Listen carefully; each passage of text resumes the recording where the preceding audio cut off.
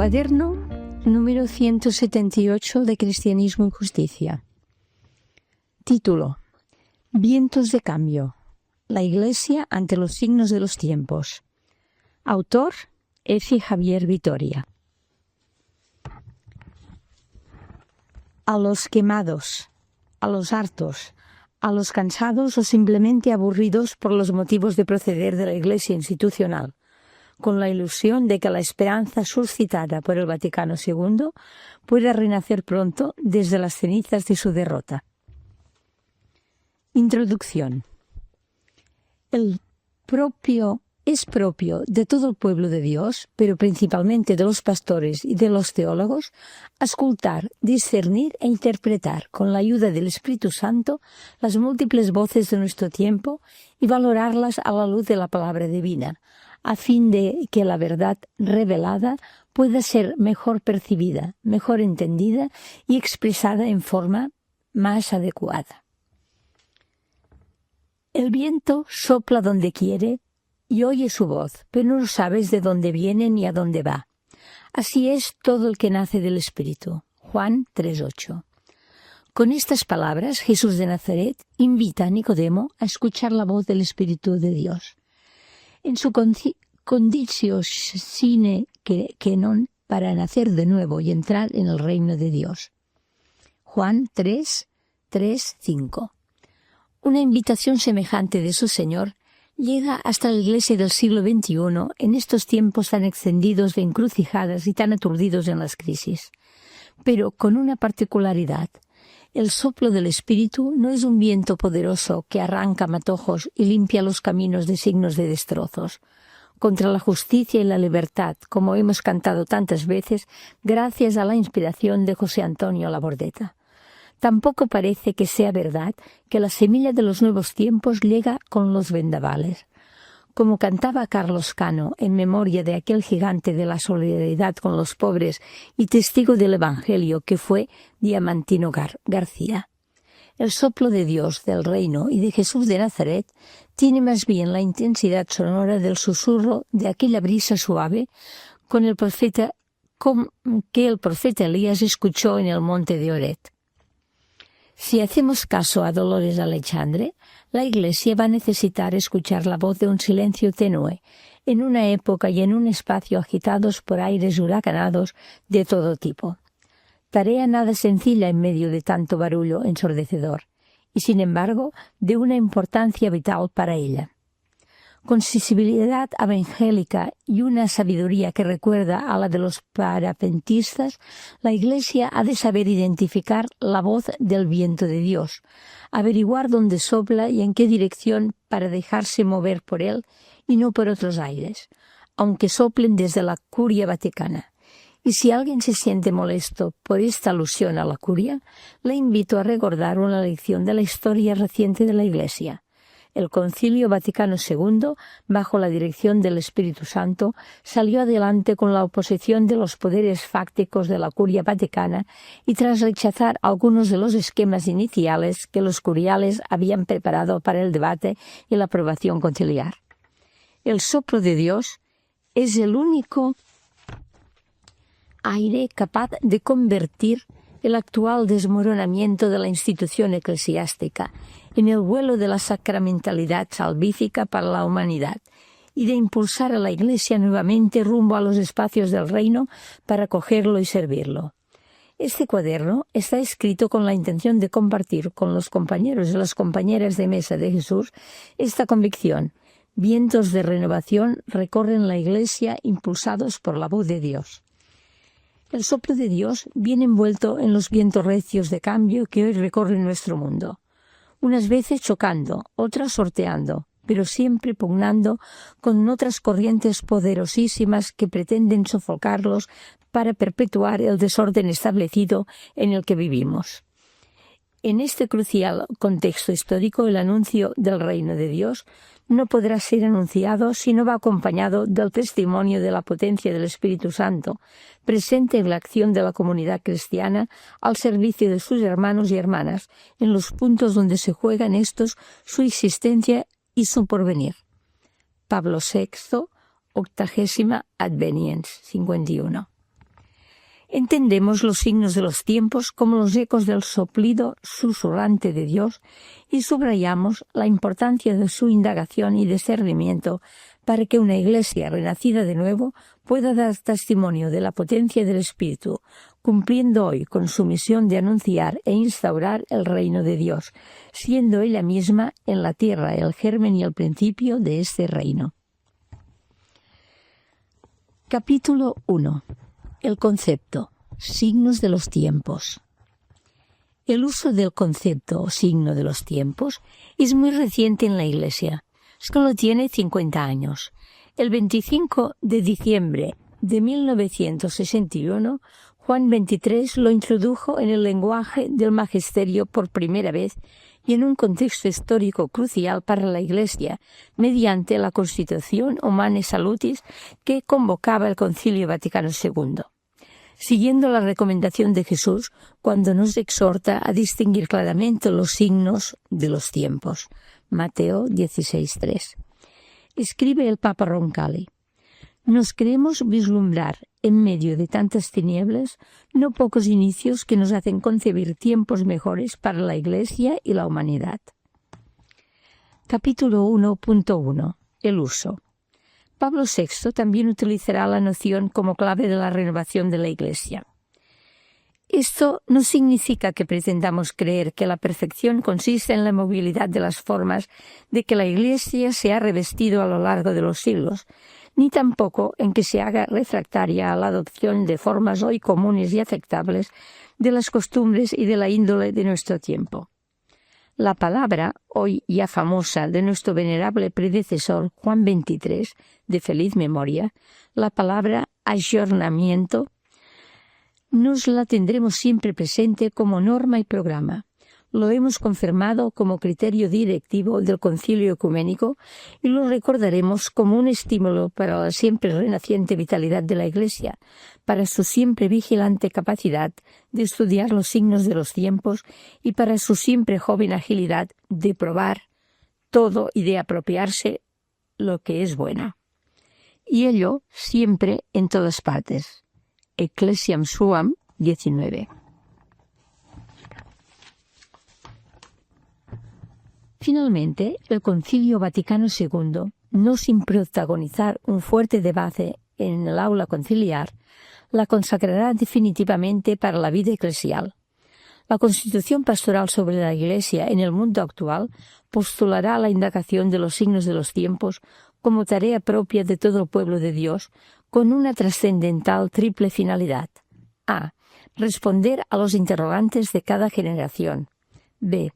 Percibir la presencia y los planes de Dios en la historia. Y C. Hacer inteligible al hombre de hoy a la verdad revelada. Conviene detenerse y reflexionar sobre un par de afirmaciones del concilio que hoy corren el peligro de olvidarse e incluso negarse en la práctica. Capítulo 1.1, apartado 1. Auscultar, discernir e interpretar los signos de los tiempos. El Vaticano II afirma taxativamente que es una tarea propia de todo el pueblo de Dios auscultar, discernir e interpretar los signos de los tiempos, aunque les reconozca a los obispos y a los teólogos un papel principal en esta tarea. Indirectamente, el Concilio está recordando que el discernimiento eclesial de la voluntad de Dios, que es lo bueno para su reino que Dios reclama de todo el pueblo de Dios, en unas circunstancias históricas determinadas, es una exigencia intrínseca del seguimiento de Jesús que nadie en la Iglesia debe olvidar, impedir o negar. Consecuentemente, hay que calificar de impropias de la tradición conciliar algunas de las afirmaciones del Código de Derecho Canónico acerca de los consejos de pastoral diocesanos. De acuerdo con la Eclesiología de Comunión del Vaticano II, el Consejo de Pastoral debiera ser el órgano principal de expresión de la comunión y la corresponsabilidad de esa iglesia local o diócesis. Ningún otro organismo diocesano representa a todo el pueblo de Dios mejor que él.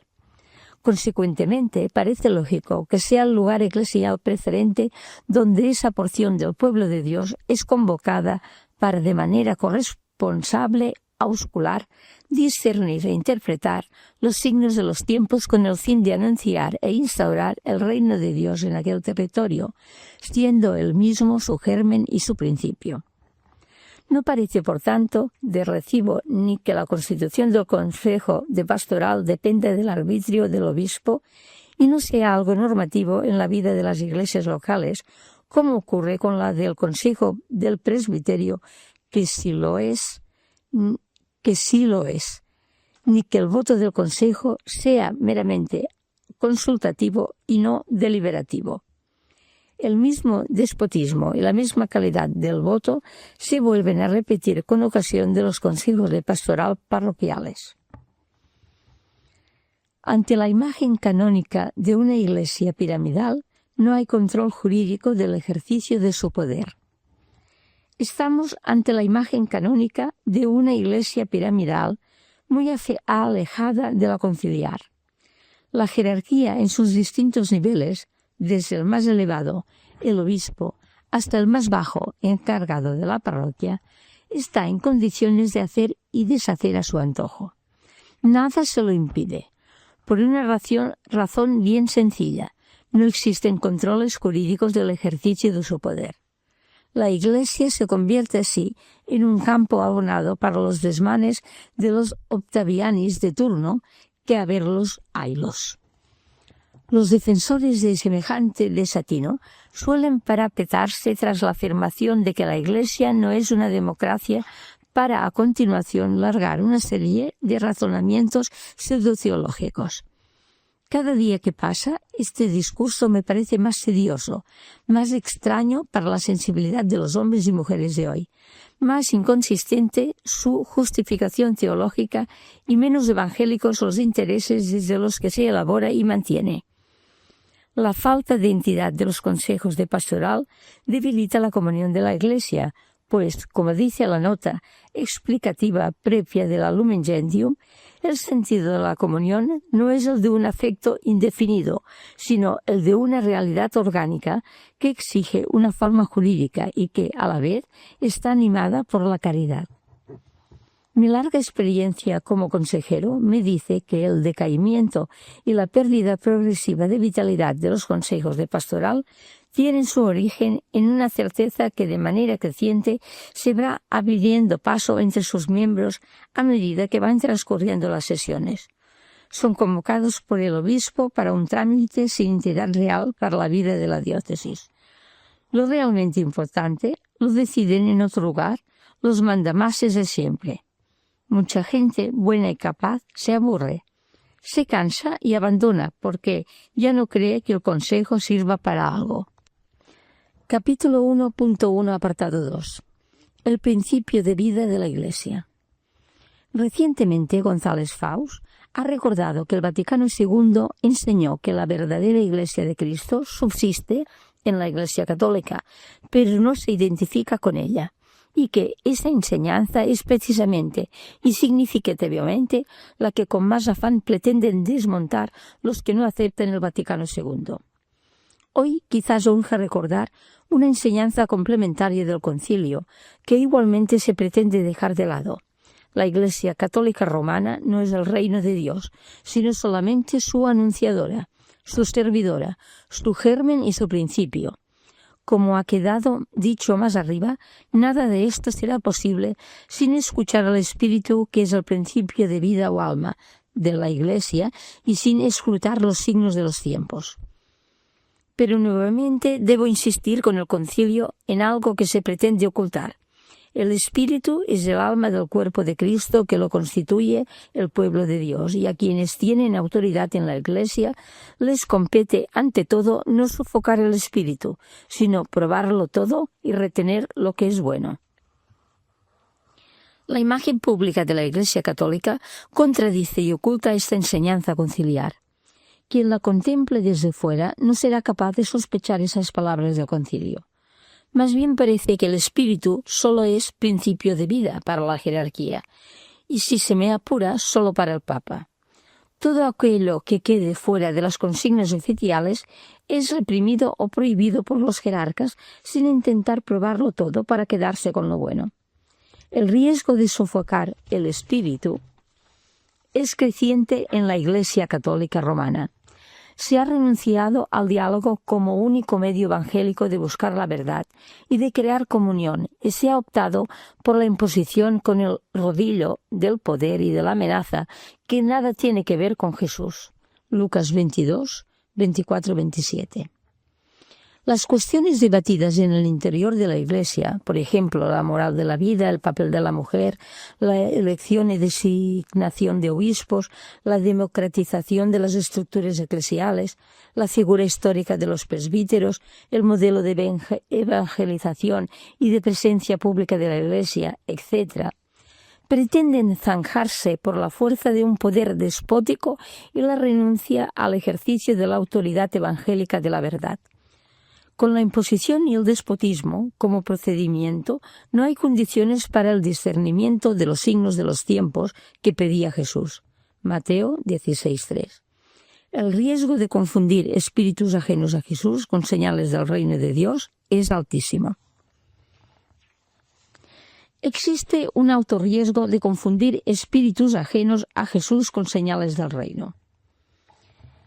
Quienes así actúan lo pueden hacer, que duda cabe, con muy buena voluntad, como Pedro reprimiendo a Jesús en el camino de Cesarea de Filipo, Mateo 8, 27-33, o cegados por intereses de dominación religiosa, como quienes acusaron a Jesús de echar demonios con el poder de Beelzebú, Mateo 12, 22-28. El resultado final siempre es el mismo. Quiebran la caña cascada y apagan la mecha humeante en contra del espíritu del siervo. Mateo 12:20. Cuando se actúa de semejante manera, siempre se desobedece al Señor, y más aún, si se traspasa su prohibición expresa de arrancar la cizaña. Mateo 13:29. En estas circunstancias no queda más remedio que disentir para reformar la Iglesia. Capítulo 1.1, apartado 3. Dimensión pneumática y carismática de la eclesiología. Estoy convencido de que este modo de proceder se debe a un miedo polifacético que atenaza a la Iglesia oficial. Y no olvidemos que, según el Nuevo Testamento, lo contrario a la fe es el miedo. Víctor Codina, en un libro dedicado al espíritu, ha inventariado los miedos eclesiales en 16 apartados. El dominador común de todos estos agentes que dan tanto miedo es que su mera presencia cuestiona el poder y los privilegios de los servidores del aparato eclesiástico. Estos, como los fariseos y los saduceos de la época de Jesús, les reclaman una señal del cielo, que muy probablemente confunden con la gloria de Benini, para poder confiar en ellos. Mateo 16, 1-3. Pero las señales de la novedad del reino y de su espíritu que Dios nos ofrece son siempre terrenas o humanas, pues en caso contrario no serían para nosotros necesariamente ambiguas, pues desvelan y ocultan al mismo tiempo la presencia de Dios en la historia. Controvertidas, pues no son las que los seres humanos naturalmente esperamos, y finalmente impuras, pues invariablemente están manchadas por el barro de la historia humana. La institución eclesial necesita recuperar prácticamente la fe en la acción vivificadora, animadora y orientadora del Espíritu en todo el pueblo de Dios. En una palabra, la dimensión pneumática y carismática de la eclesiología. El punto de partida de la doctrina de la Iglesia ha de ser la doctrina del Espíritu Santo y de sus dones. Así escribía J. Ratzinger hace 43 años, saliendo al paso del riesgo de una eclesiología elaborada exclusivamente a partir de la humanidad de Cristo, y añadía: Cristo, siempre presente mediante el Espíritu Santo, con su apertura, amplitud y libertad, que no excluye en modo alguno la forma institucional, pero que sí limita sus pretensiones y que no la equipara con las instituciones mundanas. Los síntomas de la negación práctica de la dimensión pneumática de la Iglesia son la unilateralidad en la forma de decisiones, el silenciamiento de los discrepantes, la reprensión de toda novedad, la prohibición del ensayo en la acción pastoral y evangelizadora, el acotamiento de los espacios de libertad, etc. Todos ellos son indicadores de una iglesia institucional sin límites en sus pretensiones y que se equipara en su funcionamiento con las instituciones mundanas de cuño autocrático. En fidelidad a su dimensión pneumática, la Iglesia católica necesita urgentemente establecer en todos sus estamentos medios verdaderos y eficaces de indagación y discernimiento comunitario de los signos de los tiempos, que abran en ella el camino de una reforma que, en cuanto a institución terrena y humana, necesita constantemente.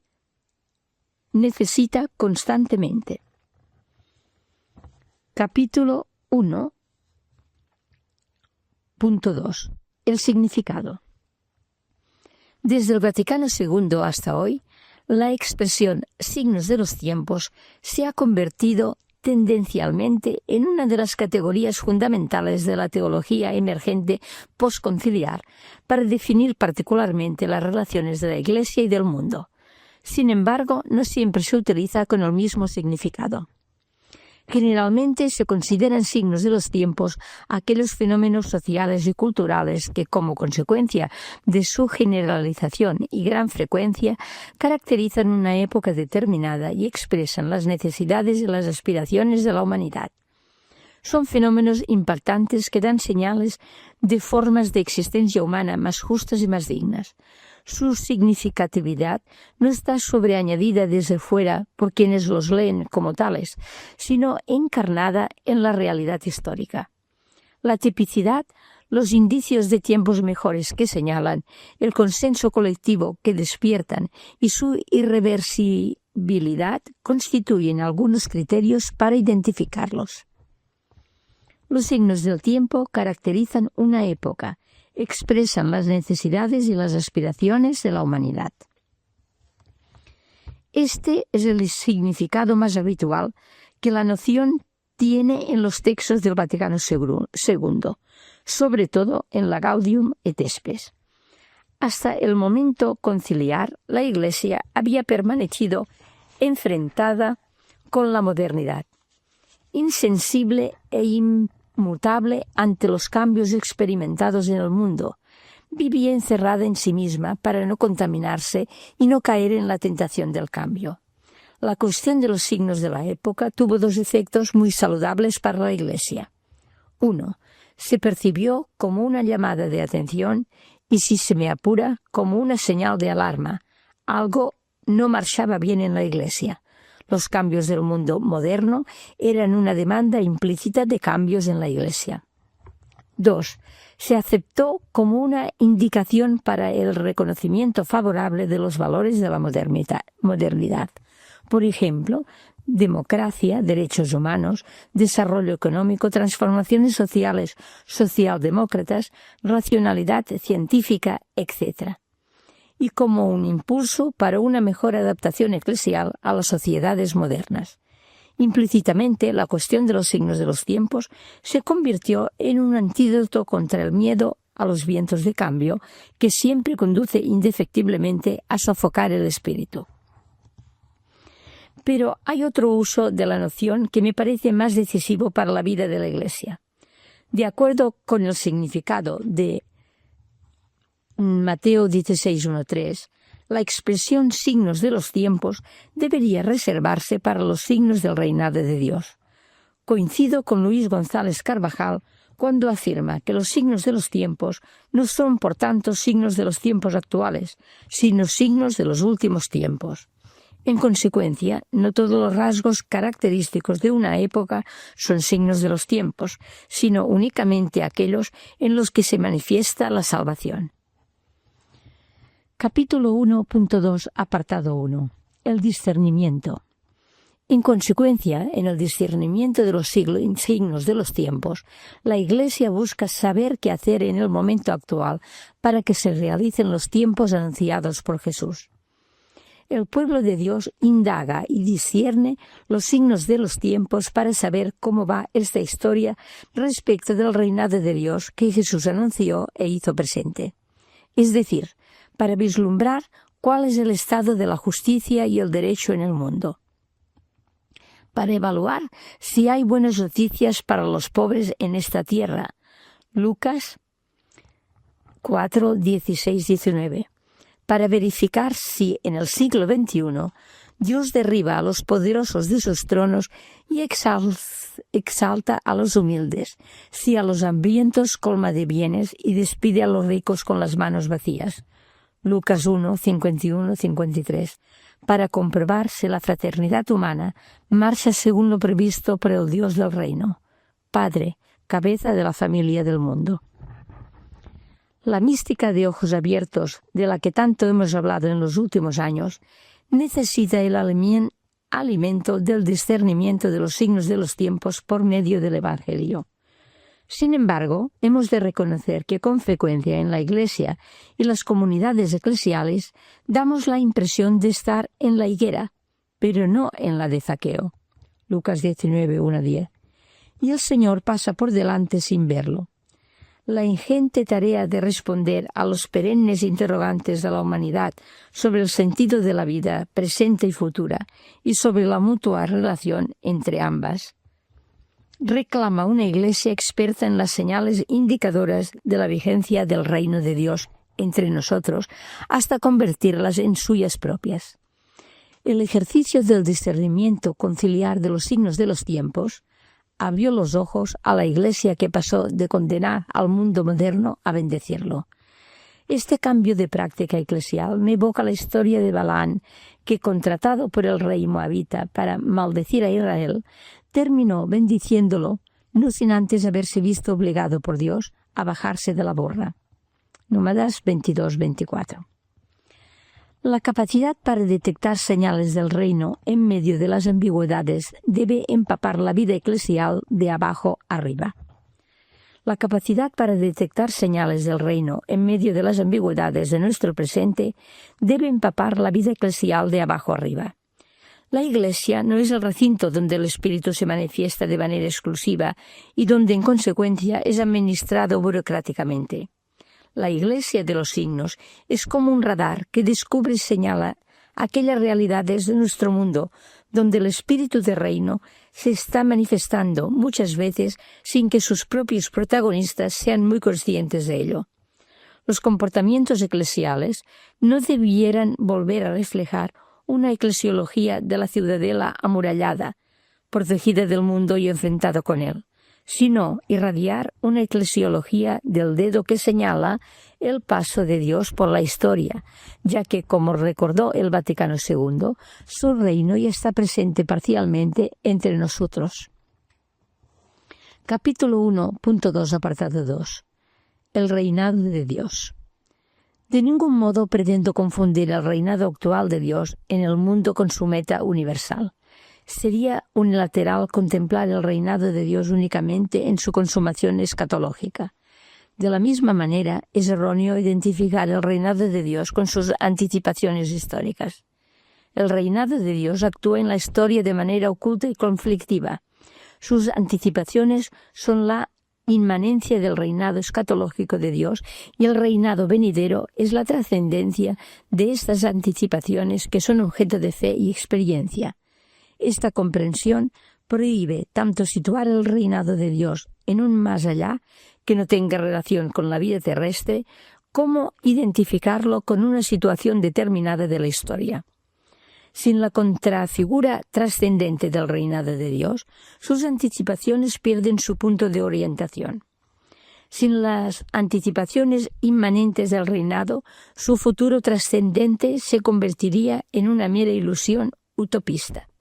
Por eso, la Iglesia, en su servicio al reinado de Dios, debe poner en práctica la obediencia a la voluntad de Dios, que transforma el mundo, y la oración por la venida del reino. Así lo hacemos cada vez que oramos en el Padre Nuestro. Y así lo hicieron los primeros cristianos cuando suplicaban con la petición Maranajá, la segunda venida del Señor, para que interrumpiera su sufrimiento. Capítulo 1.3. Los signos del reinado de Dios en las experiencias de contraste. Esta concepción cualitativa o cairológica del tiempo no debe significar que la indagación y el discernimiento de los signos de los tiempos hayan de realizarse exclusivamente en las cualidades positivas de cada época. Semejante comportamiento sería un gravísimo error, fruto de una concepción fundamentalista de los vientos de cambio y optimista del progreso, tan denostada por W. Benjamin o por J. B. Metz. La Iglesia necesita aprender a descifrar lo que en la negatividad de nuestro mundo hay de signo, en peligro o negado, aparentemente vencido o crucificado del reinado de Dios, para desvelarlo y defenderlo. Semejante ejercicio viene demandado por la sabiduría de la cruz. Jesús de Nazaret es el signo primordial del reino que hace inteligibles a los ojos de la fe los signos de Dios. Pero el signo de los signos fue en su tiempo signo de contradicción. Lucas 2:34. Y tuvo a la gente dividida. Juan 7:43. No soportaron ni que señalara lo que el Dios del reino no quería, una religión encubridora de la injusticia, Mateo 9:10-13, ni que se enfrentara con los demonios en nombre del reinado de Dios, Marcos 1:24, 5:7. Lo eliminaron en una cruz. Tras su resurrección, la figura humana del signo primordial será para siempre el Cristo crucificado, fuerza y sabiduría de Dios. 1 Corintios 1:18-25. Esa sabiduría invita constantemente a la Iglesia a indagar y discernir signos de los últimos tiempos en esas experiencias humanas que se han llamado experiencias de contraste y que señalan lo que Dios no quiere o lo diabólico de nuestro mundo que se opone al reinado de Dios. La luz del crucificado desenmascara lo que las fuerzas dominantes de nuestro mundo niegan o esconden de la realidad, recurriendo a discursos sensatos y razonables para justificar y consolidar su dominio. Desvela lo que realmente está ocurriendo en el mundo, pero queda oculto por deseo de los poderosos.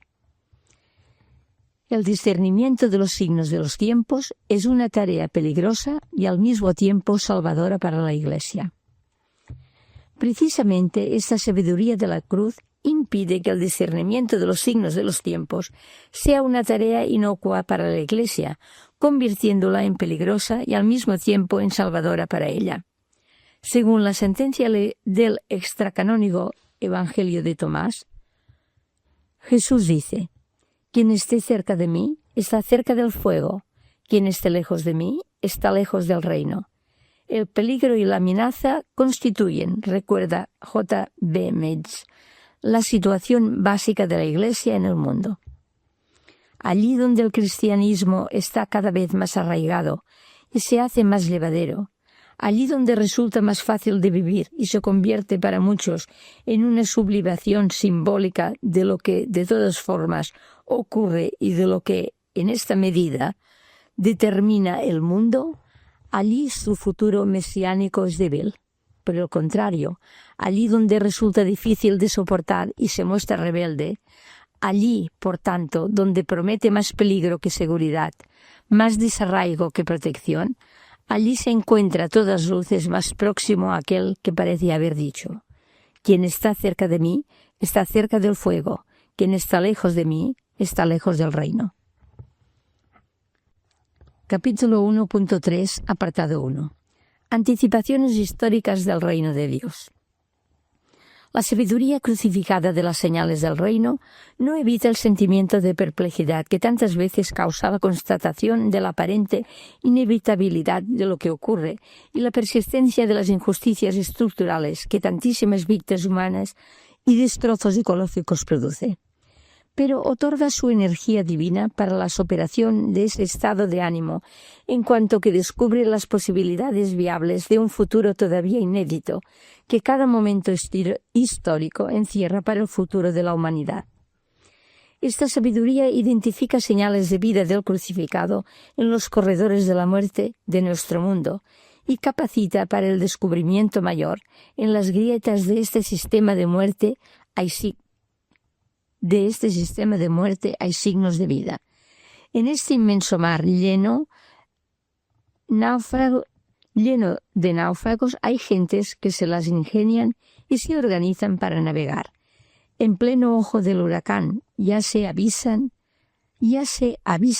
islas de esperanza, hacia dónde dirigir el rumbo. En el interior del cautiverio surgen zonas liberadas. En medio de la apatía generalizada hay todavía capacidad de indignación ciudadana. En nuestras sociedades de siervos se inventan redes de libertad. En las barriadas de la periferia de la cultura satisfecha se promueven prácticas alternativas para la aldea global. Todas estas realidades son anticipaciones históricas del reino de Dios. Toparse con ellas facilita seguir en la brecha sin echar la toalla o quemarse. Ese encuentro renueva energías.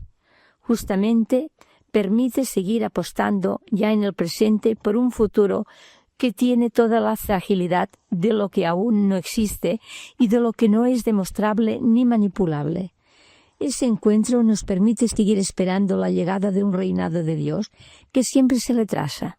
Nos impulsa a negarnos a dejar a nadie por imposible, a aguardar con una confianza terca y activa de que en uno mismo y en los otros sigue actuando la semilla del reinado de Dios.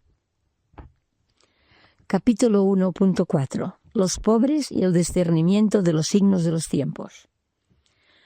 Luis González Carvajal propone 3 criterios hermenéuticos para el proceso de discernimiento del presunto signo de los tiempos: el análisis sociológico, el análisis teológico y la indagación de su capacidad significativa en nuestro universo espiritual, o al menos para aquellos hombres y mujeres que no apresionan la verdad con la injusticia.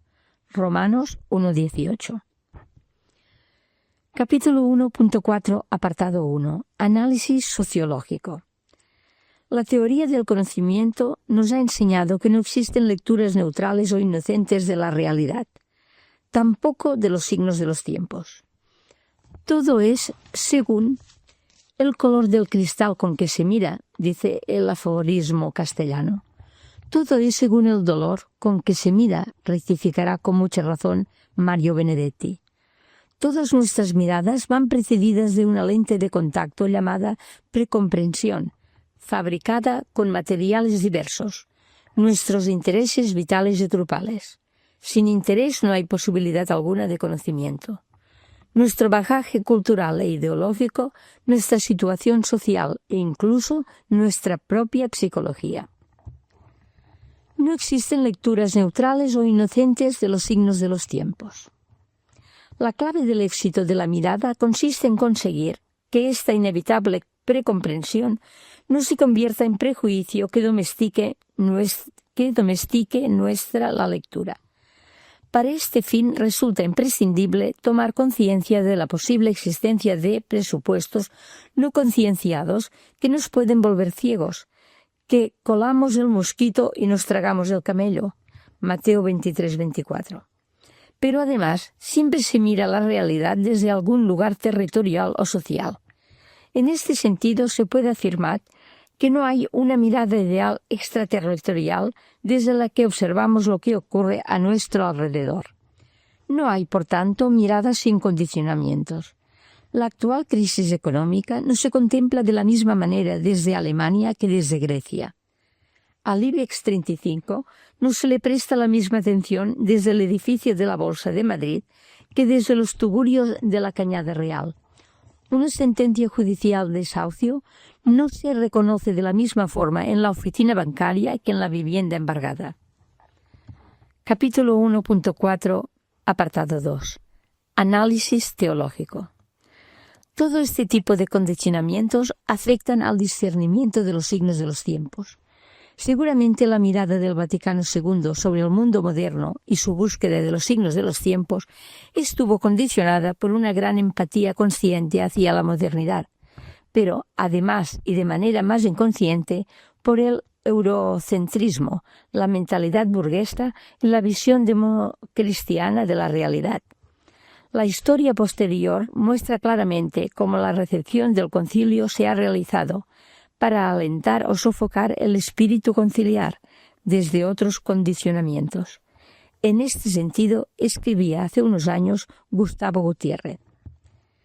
La recepción del concilio supone una cierta alteridad que en este caso se da entre el contexto histórico de la Iglesia en América Latina y el mundo europeo, desde el cual parte la mirada universal del concilio.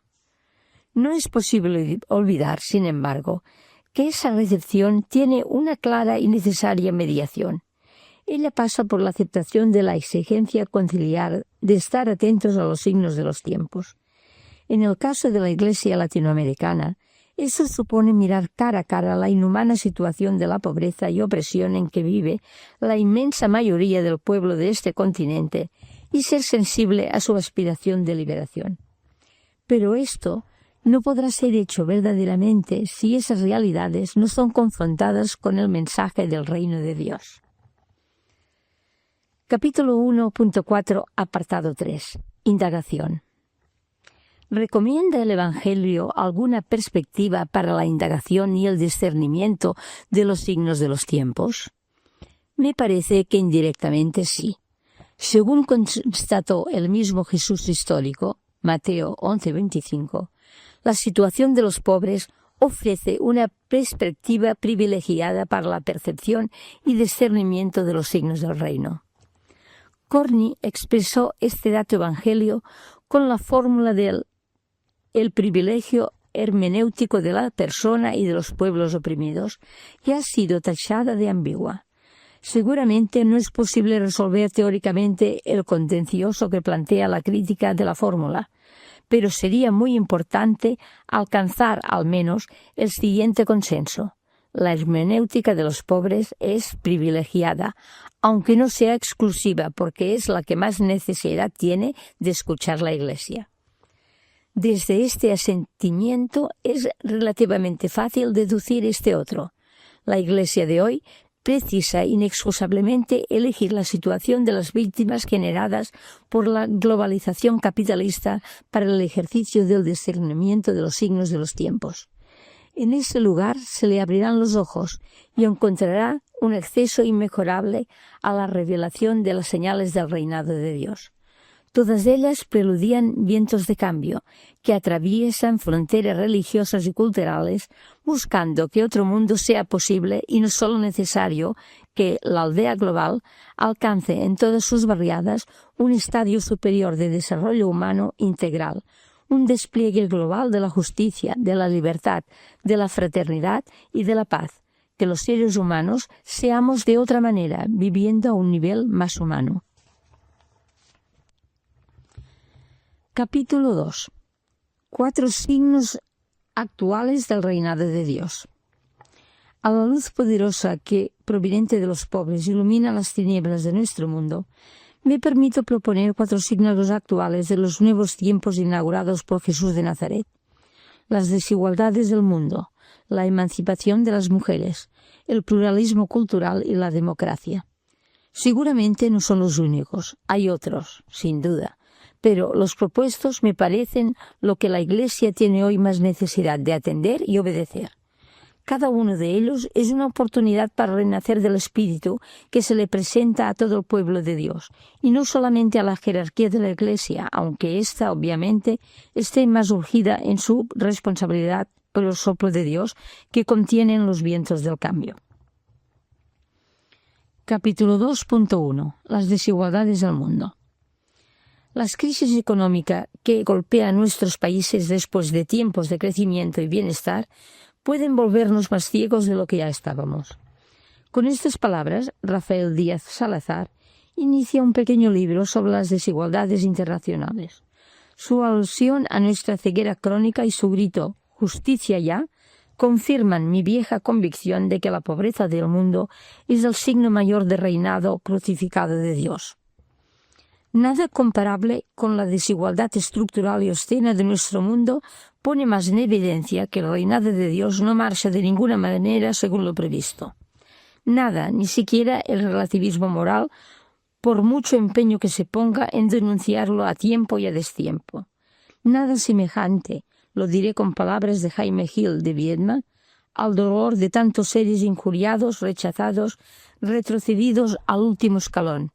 Pobres bestias que avanzan derregándose por un camino hostil sin saber dónde van y quién les manda, sintiendo a cada paso detrás suyo ese ahogado resuello y en la nuca ese vaho caliente que es el vértigo del instinto, el miedo a la estampida, animal adelante hacia adelante, levantándose para caer aún, para rendirse al fin de bruces y entregar el alma porque ya no pueden más con ella.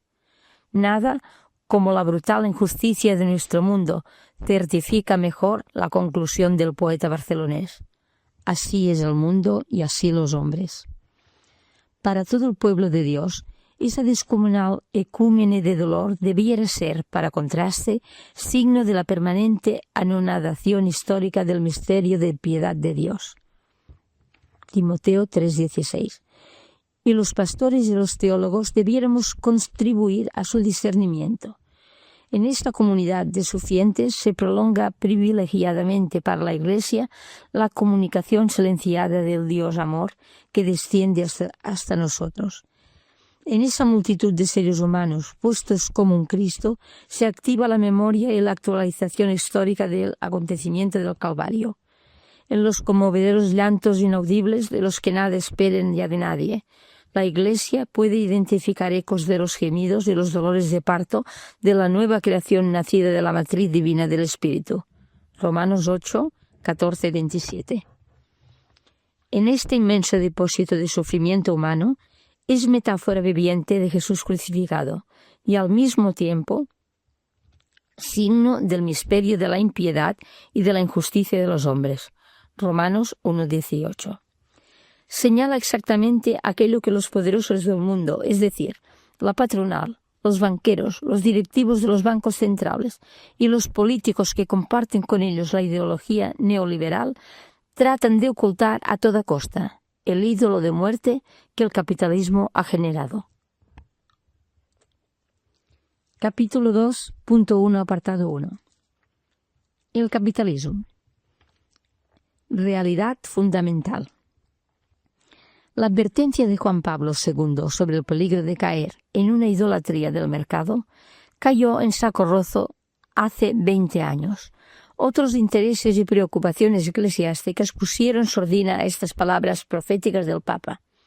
Ahora ha llegado el momento de hablar alto y sin tapujos del capitalismo como una de las máximas referencias religiosas de la cultura occidental de nuestro tiempo.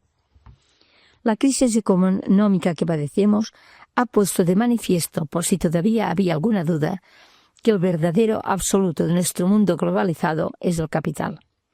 El poder de unión y relación del dinero ha sustituido funcionalmente al de la religión. La realidad fundamental que lo determina todo ya no es Dios, sino el capitalismo. Mamón ha vuelto en versión capitalista y hoy, más que nunca, es el antagonista por autonomasia del Dios cristiano. Mateo 6:24. La crisis económica ha puesto de manifiesto que el verdadero absoluto es el capital. Si la Iglesia del siglo XXI hace suyo este signo del reinado de Dios, los discursos sobre la necesidad de una economía al servicio de las personas, como han hecho recientemente los obispos vascos, en una impecable pastoral colectiva, no les serán suficientes. Tampoco le bastará con exigir una nueva y más profunda reflexión sobre el sentido de la economía y de sus fines, además de una honda revisión con amplitud de miras del modelo de desarrollo para corregir sus disfunciones y desviaciones, como hace Benedicto XVI en su encíclica Caritas in Veritate. Para cumplir con su vocación de germen y principio del reino de Dios, la Iglesia necesita forzosamente mirar hacia su interior. El pueblo de Dios precisa defender o purificar su fe en el Dios del reino ante el riesgo que corre de ofrecer al emperador divinizado sin resistencia y bajo nuevos ropajes el sacrificio prescrito. El signo de las desigualdades humanas sitúa a la Iglesia ante la tarea de rastrear la idolatría en sus propias filas e instituciones, pues desde hace mucho tiempo él está sometida al poder del dinero y en su seno habita una apostasía encubierta. No tiene otra forma de comenzar a deshacerse de sus complicidades en la barbarie de la pobreza del mundo. El discernimiento del signo de las desigualdades del mundo sugiere la visión del capitalismo de mercado como la versión actualizada del cuarto reino imperial del libro de Daniel. El capitalismo actual no se antropomorfiza, sino se zoomorfiza como una bestia terrible, espantosa y muy fuerte que con enormes dientes de hierro come, tritura y pisotea las obras con sus pezuñas. Pero al mismo tiempo recuerda a la Iglesia la llamada a ser germen y principio del quinto reino de la visión del profeta, un reino antropomorfizado como hijo de hombre que procede de Dios y cuyo estilo de gobierno busca un programa mundial de justicia global. El signo de las desigualdades obliga a la Iglesia a mirar hacia su interior. Si el pueblo de Dios hace suyo este signo, sus miembros se sentirán invitados a antropomorfizar más y más su estilo de vida, alejándose de los estilos zoomorficiados, patrocinados por el capitalismo. Así nos contemplan los cristianos. Los cristianos quieren transformar nuestros respetables hogares musulmanes en mercados. Quieren que compremos esos venenosos productos suyos que no tienen propósito real para que nos convirtamos en una nación de rumiantes. La gente se pasa el día metiéndose porquería en la boca en vez de rezar a Alá.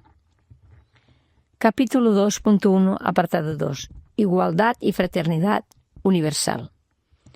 Una igualdad y una fraternidad universal sin consecuencias para los miembros de las iglesias ricas es literalmente una estafa para las expectativas de las víctimas de las desigualdades del mundo.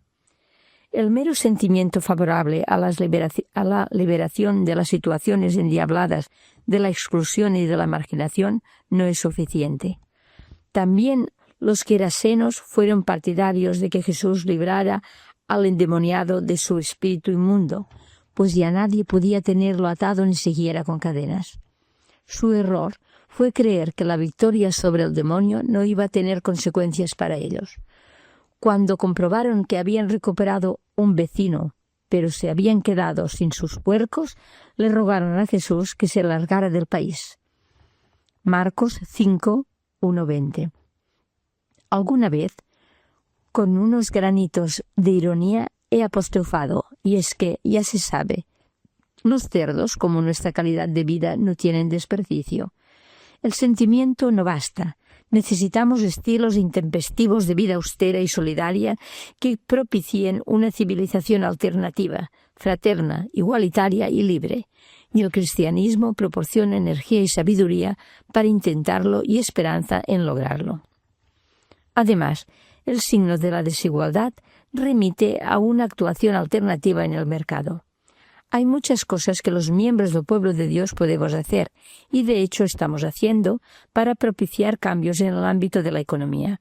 Defender la existencia de alternativas para salir de la crisis, promocionar el comercio justo, discriminar a las empresas que trafican con las personas para abaratar costos, fomentar empresas de economía social, posibilitar la responsabilidad social corporativa de las empresas, promover bancas éticas, etc. Pero quisiera insistir en algo que he defendido en otras ocasiones.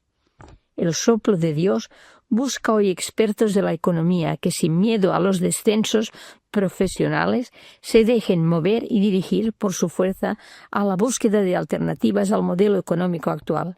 Deberían tener muy en cuenta las business school que tanto proliferan últimamente en las instituciones universitarias católicas.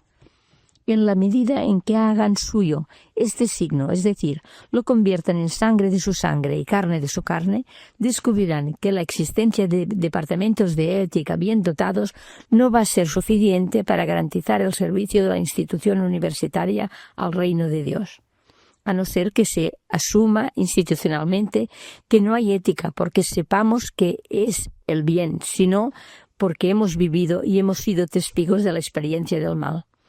No hay ética porque uno cumpla con su deber, sino porque nuestra respuesta ha sido adecuada, aunque nunca pueda ser suficientemente adecuada.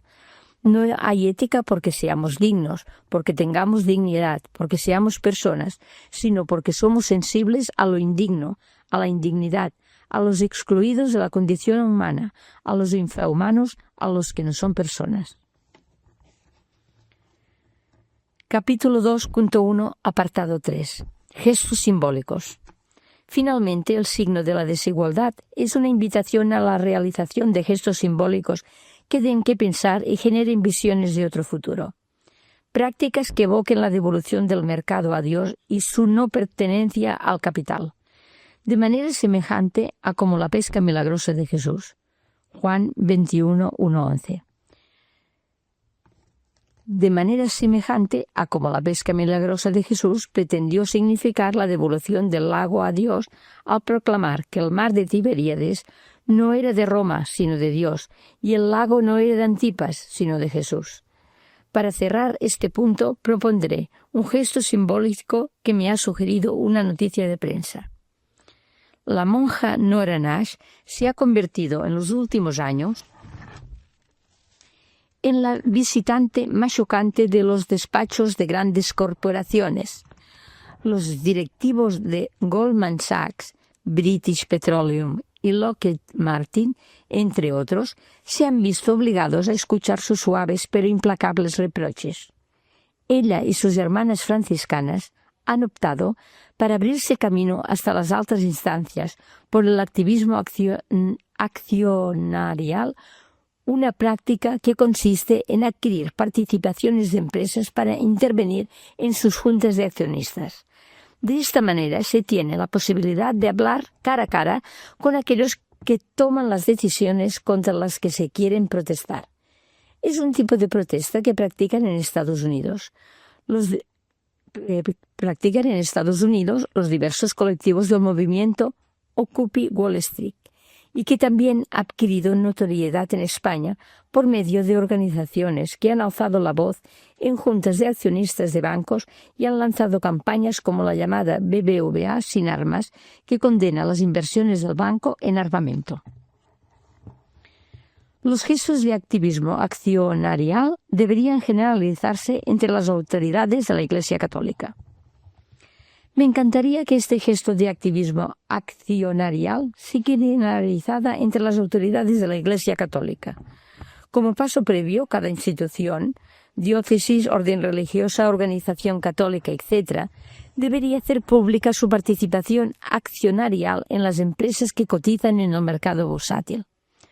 Una vez que las cuentas del pueblo de Dios se han dejado claras, el máximo responsable de cada institución eclesial, el Papa, el Obispo, el Superior Provincial o General, etc., se convertiría en un activista en las juntas de accionistas, recordando en ellas, por ejemplo, algunos de los criterios éticos de la doctrina social de la Iglesia. No me cabe la menor duda de los efectos beneficiosos que este activismo tan evocador del de Jesús en el templo de Jerusalén tendría para los pobres del mundo. Ellos se merecen que tengamos la ilusión de que este gesto simbólico se realice y multiplique, aunque no nos hagamos ilusiones de que vaya a ser así. Capítulo 2.2. La emancipación de las mujeres. La larga lucha de las mujeres por su emancipación es otro importante signo de los tiempos que la Iglesia debe hacer suyo. Las mujeres han sido secularmente víctimas del patriarcado, un sistema cultural de dominación en el que, como escribe Manuel Castells, el hombre se reservó el poder, la producción y la guerra, y la mujer tuvo que asumir todo lo demás. De esa división histórica del trabajo surgieron dos culturas, una dominante, otra dominada, que se convirtieron en esencias a través de los mitos de lo masculino y de lo femenino, hasta parecernos lo natural. Claro que hubo constantes rebeliones, tanto individuales como colectivas, porque la organización de la sociedad no determina enteramente lo que piensa y hace la gente, pero el Estado, en cualquiera de sus formas, incluida la Iglesia como parte de él, se encargó de dejar las cosas en su sitio. Eso es el patriarcado. De ahí venimos todos, nuestros prejuicios y nuestra forma de ser. y así se han hecho las mujeres como cultura colectiva y como personalidad individual. Capítulo 2.2, apartado 1. El orden patriarcal. A pesar de que la vida de las mujeres ha cambiado más en los últimos 100 años que en los 3000 anteriores, el orden patriarcal sigue cubriendo con su alargada sombra la historia que construimos. Para corroborar esta afirmación nos basta con la constatación empírica de que las mujeres son las más empobrecidas del mundo. El 67% de los pobres del mundo son mujeres, pero además conviene no olvidar que en la mayor parte del mundo las mujeres salen perdiendo por ser mujeres. Se las discrimina no solamente en el acceso a los puestos de decisión económica y política, sino también a los bienes básicos como la alimentación, la educación y la salud. Y asimismo, 1 de cada 3 mujeres es maltratada física o sexualmente en el mundo. Es maltratada física y o sexualmente en el mundo. El signo de la emancipación de las mujeres pone de manifiesto, por contraste, que el orden patriarcal es quizás la más vieja figura histórica del antirreino de Dios, y nos precisa que las mujeres son mayormente las vicarias de Cristo en nuestro mundo, puesto que, mayoritariamente, los conmovedores llantos inaudibles de los que nada esperan ya de nadie son los suyos. El movimiento de liberación de las mujeres trae consigo vientos de cambio. Las historias emancipadoras de las mujeres son relatos de resistencia y transformación de ese poder inhumano que infrahumaniza la condición de las mujeres y deshumaniza la condición de los varones. Sus conquistas son señales de sus victorias parciales sobre el poder de lo inhumano. Anticipaciones históricas de la irrupción del reinado de Dios de manera semejante o como lo fue la actividad liberadora y antidemoníaca de Jesús de Nazaret o la victoria de Cristo resucitado sobre todos los poderes cósmicos de dominación anunciada por la predicación paulina. El movimiento de liberación de las mujeres trae consigo vientos de cambio y provoca experiencias del aliento del Espíritu. De aliento del Espíritu en la Iglesia para que nazca de nuevo como germen y principio del reino. No le va a resultar nada fácil reconocer este signo del reino que irradia desde los márgenes de la tradición dominante y androcéntrica y patriarcal que empapa a la institución eclesial. Hacerlo suyo le exige conversión, cambio de prácticas y de mentalidad.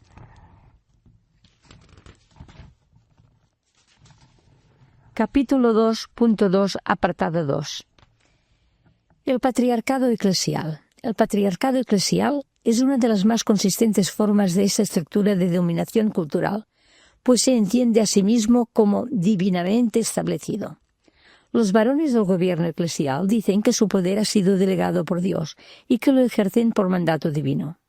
Además, hasta tiempos muy recientes, las mujeres han sido tenidas en la Iglesia como inferiores a los varones mental, moral y físicamente, creadas solo parcialmente a imagen de Dios e incluso como símbolo envilecido del mal.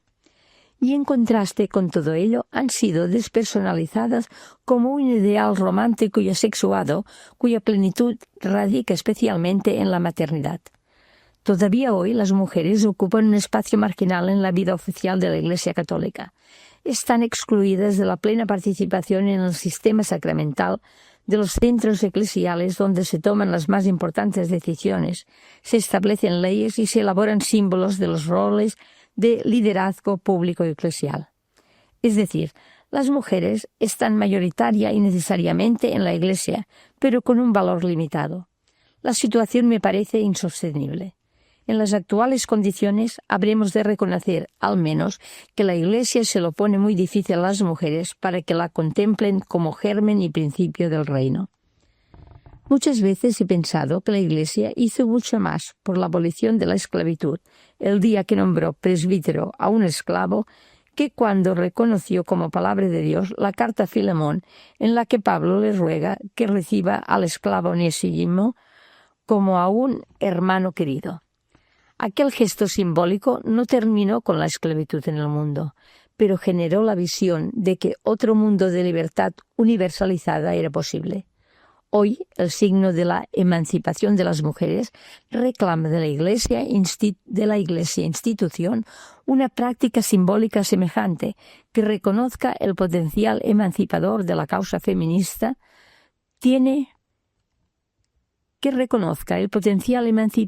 emancipador que la causa feminista tiene para toda la humanidad y genere la visión de que es posible otro mundo en el que la causa feminista se haya universalizado de facto.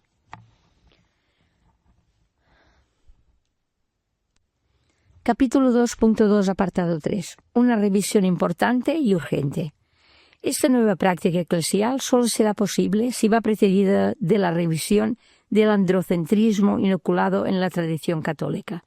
Con este fin, el diálogo con las aportaciones críticas y positivas de la teología feminista resulta imprescindible. Encerrarse a cal y canto tras una lectura fundamentalista de la doctrina eclesiástica solamente conseguirá retrasar algunos cambios que la Iglesia católica necesariamente debe realizar y si quiere actualizar su vocación sacramental. Las autoridades eclesiásticas pueden aprender de su propia historia con las mujeres. No en vano han revisado y rechazado la propuesta de Tomás de Aquino sobre la naturaleza defectuosa de la mujer. ¿O me equivoco? Señalo 3 espacios teológicos, cuya revisión me parece más importante y urgente. 1. Un lenguaje sobre Dios que usa exclusiva, literal y patriarchalmente términos masculinos. 2. Una teología de la cruz que ha servido para reforzar el sistema de sometimiento sufrido por las mujeres. 3.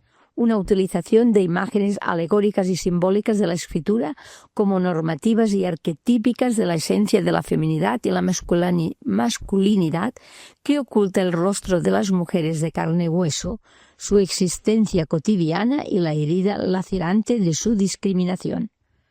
Los vientos de cambio embeben el soplo de Dios que empuja a la jerarquía a ir más allá de la actual construcción eclesiástica del ser mujer, que de ninguna manera es capaz de dar cuerpo en la historia al flujo de liberación y justicia que el reinado de Dios ha introducido en ella. El pluralismo cultural. Capítulo 2.3. Una de las muchas paradojas que caracteriza a nuestro mundo es que la creciente globalización va acompañada de nuevas diferenciaciones culturales y religiosas. Cosmopolitismo y particularidad no son realidades opuestas, sino complementarias. Nos encontramos en una época de diferencias entrelazadas. Las diversas culturas presentes en nuestro mundo no solamente coexisten unas junto a otras, sino que además mantienen entre sí relaciones dinámicas que, como nos recuerda un informe de la UNESCO, necesitamos y debemos aprender a orientar no hacia una confrontación, sino hacia una coexistencia fecunda y una armonía intercultural. Este desideratum hoy se encuentra muy amenazado. Occidente promueve tan pertinaz como avasalladoramente el modelo cultural norteamericano por todo el mundo. El norte rico pretende universalizar con una inaudita incontinencia su modelo cultural.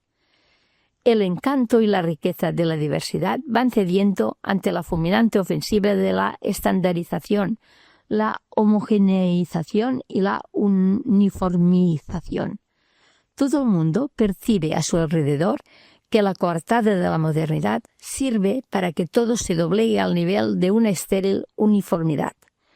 De un extremo al otro del planeta se impone un estilo de vida parecido, expandido por las medias y prescrito machaconamente por la cultura de masas. De La Paz a Ouagadougou, de Kioto a San Petersburgo, de Orán a Ámsterdam, las mismas películas, las mismas series televisadas, las mismas informaciones, las mismas canciones, los mismos eslóganes publicitarios, los mismos objetos, la misma ropa, los mismos coches, el mismo urbanismo, la misma arquitectura, el mismo tipo de apartamentos, con frecuencia amoblados y decorados de forma idéntica. Esta clase de universalización cultural se ha ganado el calificativo de coca-colonización. Urge orientar las relaciones interculturales hacia una coexistencia fecunda y armónica. La interculturalidad culturalidad como proyecto sociopolítico en el que de manera intencionada y planificada se conjuguen a. El respeto por y la asunción de la diversidad cultural preexistente. B. La recreación de todas y cada una de las culturas presentes. Y C. La emergencia de una nueva síntesis no ha abandonado todavía el estado de los ensayos teóricos de laboratorio o de la reclamación de derechos pendientes. Sin embargo, resulta cada día más urgente y necesario caminar en esa dirección. Capítulo 2.3, apartado 1. Identidad cultural. Cada vez con mayor frecuencia, Occidente recibe la negativa de las otras culturas a identificar modernización con occidentalización. Una y otra vez les recuerdan que su pretensión de universalizar su cultura es falsa, porque desprecia el hecho de la diversidad cultural. Inmoral porque oculta en su interior la pretensión de un poder imperialista.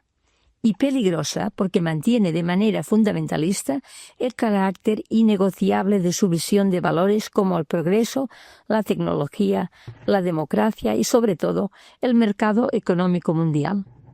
La oposición a esta violencia cultural está dando lugar a una recomposición del mundo en el que particularmente la conciencia de etnicidad juntamente con la conciencia femenina son sus sujetos más activos. Una ola de indigenismo y de resurgimiento de las culturas no occidentales recorre nuestro planeta, pero con ella las banderas y otros símbolos de identidad cultural, como las cruces, las medias lunas, los modos de cubrirse la cabeza, la religión, etc., han recobrado una inusitada importancia. Personas individuales y grupos humanos descubren identidades nuevas o viejas que están dispuestos a defender incluso hasta el extremo de hacer guerras contra enemigos nuevos o viejos.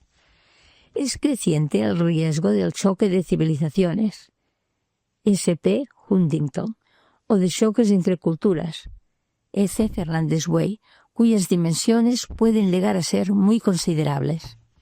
Desde la marginalidad de las culturas amenazadas, el pluralismo cultural se percibe como un signo del reinado de Dios, como una oportunidad histórica, como un kairos para la actualización en el siglo XXI de la inversión de la lógica de Babel acontecida en Pentecostés, Actos de los Apóstoles 2, 1-11.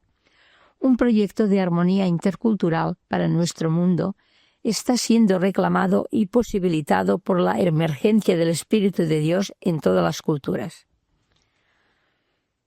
La autoridad eclesial debe reubicarse en el mundo como una iglesia universal culturalmente policéntrica. Si hace suyo este signo de los tiempos, la autoridad eclesial deberá afrontar un cambio gigantesco en la propia configuración histórica de la Iglesia.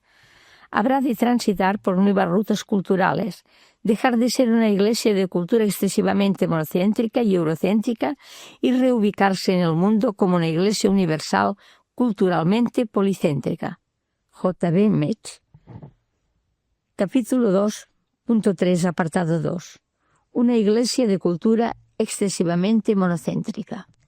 El cristianismo sigue inculturado exclusivamente en la cultura occidental. El destino universal del Evangelio se encuentra seriamente comprometido desde hace siglos como consecuencia de su desencuentro con las culturas amerindias, asiáticas y africanas. La tarea misional, reiniciada en el siglo XVI, fue incapaz de percibir o asumir consecuentemente la distinción entre fe y cultura. Los resultados finales fueron una evangelización confundida con occidentalización, una fe propuesta o impuesta indivisiblemente, unida a una cultura ajena y yuxtapuesta a la propia, y, lo que es mucho más grave, innumerables víctimas humanas y destrozos culturales como consecuencia de semejante desatino. 5 siglos más tarde, la curia romana sigue otorgando un carácter absoluto a la interpretación occidental romana del cristianismo, que provoca la impermeabilidad de las otras culturas al Evangelio. Este comportamiento cierra las puertas de esas culturas minorizadas a Cristo, mientras paradójicamente se las ruega con tonos patéticos que las abran.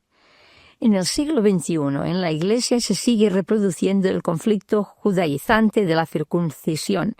Hoy ya no se necesita ser judío para ser católico, pero es imprescindible ser culturalmente occidental y europeo. La presión del poder central romano reprime hasta la asfixia las legítimas pretensiones de la inculturación del Evangelio de las iglesias locales periféricas, hasta el punto de que todavía es más exacto hablar de iglesias europeas en África, en Asia o en antiplano andino que de iglesias africanas, asiáticas o andinas. Las causas que originaron la penosa historia de Nobili y Rizzi siguen vivas. Si las iglesias de la periferia no son capaces de superar este control opresivo, la inculturación de la fe en las culturas no occidentales se hará inviable. Capítulo 2.3, apartado 3. Una iglesia universal culturalmente policéntrica. Si hace suyo el signo de la diversidad cultural, la Iglesia renacerá en un mundo pentecostés como germen y principio del reino para nuestro mundo. Su propio pluralismo cultural mostrará que el Evangelio no solamente puede llegar a expresarse con los elementos propios de las más diversas culturas, sino que, como recordó Pedro Arrupe, posee un dinamismo capaz de convertirlo en principios inspirador, normativo y unificante que transforma y recrea las culturas, dando lugar a una nueva creación. Es necesario reconocer el pluralismo cultural como signo del reinado de Dios. El soplo de Dios la empuja en la dirección de una apropiación de la diversidad cultural que la ponga más eficazmente al servicio de una cultura mundial de la fraternidad. Así, la Iglesia contribuirá más decisivamente que con toda su doctrina social a alumbrar formas culturales de seguir diciendo lo humano. J. Muguerza. En la convivencia, impregnadas con los talantes de la fraternidad, del reconocimiento de los derechos del otro y del respeto y potenciación de la diversidad cultural. La realización del viejo mito de la ciudadanía universal, cuya construcción se ha convertido hoy en una cuestión de supervivencia para toda la humanidad, parece hacer más urgente el reconocimiento del pluralismo cultural como signo del reinado de Dios. Capítulo 2.4. La cultura democrática. La crisis económica mundial está dejando meridianamente clara la gran amenaza que se cierne sobre la democracia. El sistema democrático está en peligro, en creciente riesgo de desvanecerse por el impacto del mercado. Golpe a golpe, la dictadura del capitalismo lo va destruyendo, mientras promueve un fascismo social que criminaliza a los pobres y a los indignados del 15M. Todos los días nos desayunamos con la noticia de que las autoridades políticas europeas actúan por obediencia debida a los mercaderes. En plena incertidumbre se abre paso la certeza de la necesidad del cambio. Como U. Beck declaraba recientemente en la prensa, la crisis financiera mundial es el Chernóbil de los neoliberales, de todos los que creen en el mercado, en que el mercado lo arregla todo. Ha de haber algo más, una visión de la democracia distinta que no se ve en los debates de los partidos. No otras instituciones, sino procedimientos para que la gente participe más. El sistema democrático nunca ha sido reconocido por la Iglesia institucional como un signo del reinado de Dios, a pesar de haber sido un colosal progreso humanizador. Evidentemente está contaminado desde su origen, pero no más que el antiguo régimen del gobierno autocrático de los reyes. A duras penas, la institución eclesial lo ha aceptado como una realidad fáctica con la que hay que cargar y en la que hay que negociar cotas de poder con sus representantes. Hoy más que nunca se urge que la jerarquía perciba la democracia como un signo del reino de Dios, lo haga suyo y reconozca su cultura de la igualdad, de la libertad y de los derechos humanos como anticipación parcial de la utopía del reino de Dios en la historia. Obviamente, si asume el signo de la democracia como forma de vida y talante eclesial, la Iglesia entrará necesariamente en procesos de cambio y transformación de su figura histórica actual, que en gran medida es el reflejo del antiguo régimen autocrático. Pero este cambio constituirá su mejor servicio a las democracias actuales. Asumir la democracia como un signo del reino de Dios facilitaría que la Iglesia entre en un proceso de cambio y transformación. Nuestras democracias demediadas están demandando realidades simbólicas que las ayuden a trascender y superar sus objetivos pragmáticos y romos de utopía solidaria. Una realidad simbólica es aquella que tiene la capacidad de provocar el anhelo y el deseo de la realidad significada y de convocar a los hombres en el esfuerzo común por construirla y vivirla. Lo simbólico da un qué pensar, pero también provoca un qué hacer. La jerarquía eclesiástica no debiera contentarse con realizar llamadas a la regeneración moral de las democracias reales. Su condición de germen y principio del reino emplaza a la Iglesia con la necesidad de que la democratización de sus estructuras y mecanismos de gestión haga presente y visible su condición de misterio de comunión a los ojos de los ciudadanos europeos de hoy. Un progreso en esta dirección supondrá una mayor condensación de su potencial simbólico y, consecuentemente, una mejor oportunidad de convertirse en referente utópico de un proyecto político de democracia integral que supere las deficiencias del modelo participativo de nuestras democracias occidentales y capitalistas.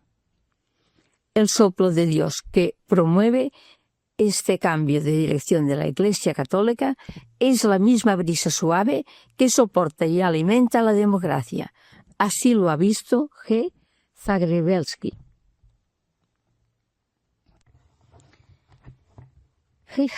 Zagrebelsky lo ha visto así. No es causal la propensión hacia formas autocráticas de gobierno, propia de todas las concepciones políticas basadas en la verdad y en la lucha contra el error. Así ha sido para el catolicismo. Solo en la segunda mitad del siglo XX se ha abierto un difícil debate que ha llevado al Concilio Vaticano II a optar preferentemente por la democracia como el régimen más acorde con la igual dignidad de todos los seres humanos, de igual filiación divina.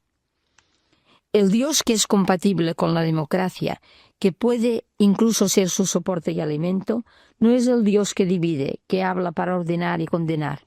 No es la potencia que reina en el mundo. Es más bien el Dios que espléndidamente se le aparece al profeta Elías en el monte Oreb, en un diálogo lleno de respeto y libertad. Entonces Yahvé pasó y hubo un huracán tan violento que hendía las montañas y quebraba las rocas ante Yahvé. Pero en el huracán no estaba Yahvé. Después del huracán, un terremoto, pero en el terremoto no estaba Yahvé. Después del terremoto, fuego, pero en el fuego no estaba Yahvé. Después del fuego, el susurro de una brisa suave. Al oírlo, Elías se tapó el rostro con el manto, en señal de respeto. No se marchó, lanza en ristre, bajando la celada. También porque, a la voz que los hombres reciben del Señor de este modo discreto, se ajusta lo que dice el salmista. Dios ha hablado una vez, 2 veces lo he oído. Lo que significa la duda, el apuro de no haber entendido bien, que constituye la condición existencial de quien vive en la fe, que sólo quien cree en algo puede dudar. Frente a ello, la pretensión del hombre, cualquiera que sea su posición en la sociedad de los creyentes, de ostentar una verdad, sustituyendo la palabra susurrada por Dios por la suya, puede parecer incluso blasfema, y la obediencia pasiva que se presta a aquella puede parecer incluso idolatría. Capítulo 2.5. Punto final. La crisis de comunicación con la sociedad que padece la Iglesia la ha situado en un punto crítico que algunos consideran de no retorno. Ni sospechar permanentemente de la novedad, ni guarecerse numantinamente en el pasado ante los vientos de cambio, jamás debieran ser las consignas eclesiales para salir de semejante atolladero. Ese no es el clima para la siembra del Evangelio de Dios en el mundo. Los signos de los tiempos son, ante ella y para ella, llamadas del Espíritu a abrir nuevos caminos al reinado de Dios. Su lectura y discernimiento serán expresión acabada de su fidelidad a aquel que viene por medio del Espíritu de Dios. Constituirán una forma excelsa de mantener abierto permanentemente el diálogo de los hombres con las llamadas de Dios, pues en ese discernimiento la Iglesia se mantiene en diálogo al mismo tiempo con los hombres y con Dios.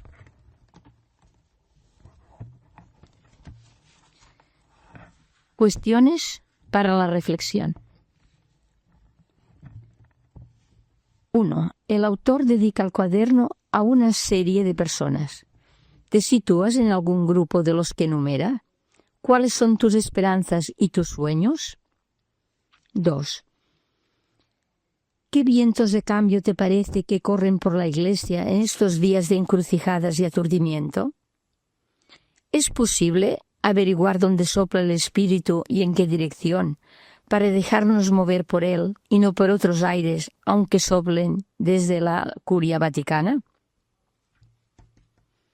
3. ¿Qué te parece que ayudaría a la Iglesia a detectar señales del reino en medio de las ambigüedades de nuestro presente?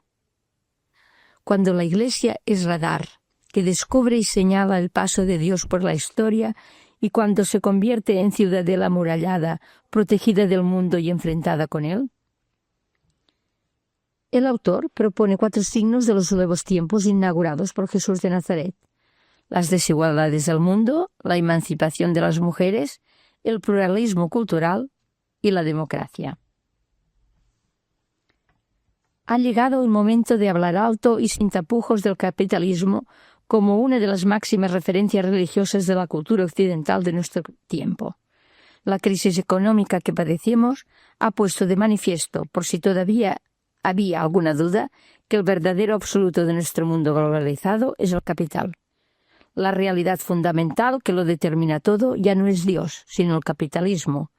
Mamón ha vuelto inversión capitalista y hoy, más que nunca, es el antagonismo por autonomasia del Dios cristiano. Mateo 6:24. ¿Crees que necesitamos estilos intempestivos de vida austera y solidaria que propicien una civilización alternativa, fraterna, igualitaria y libre? ¿Proporciona el cristianismo energía y sabiduría para intentarlo y esperanza en lograrlo? ¿Qué te parece que es necesario reformar en la Iglesia para que haya mayor igualdad entre el hombre y la mujer? ¿Dónde tendría que poner el acento en lo referente al pluralismo cultural? ¿Qué estructuras deberían ser transformadas para hacer visibles una cultura de la democracia?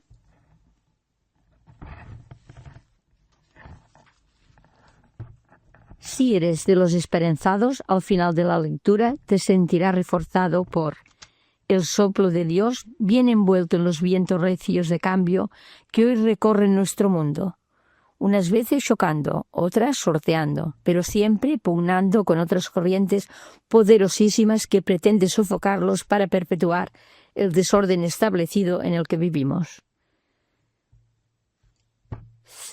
Pues, repito, si eres de los esperanzados, al final de la lectura te sentirás reforzado te sentirás llamado a discernir signos de los últimos tiempos en esas experiencias humanas que se han llamado experiencias de contraste y que señalan lo que Dios no quiere porque se opone al reinado de Dios. Fin del cuaderno.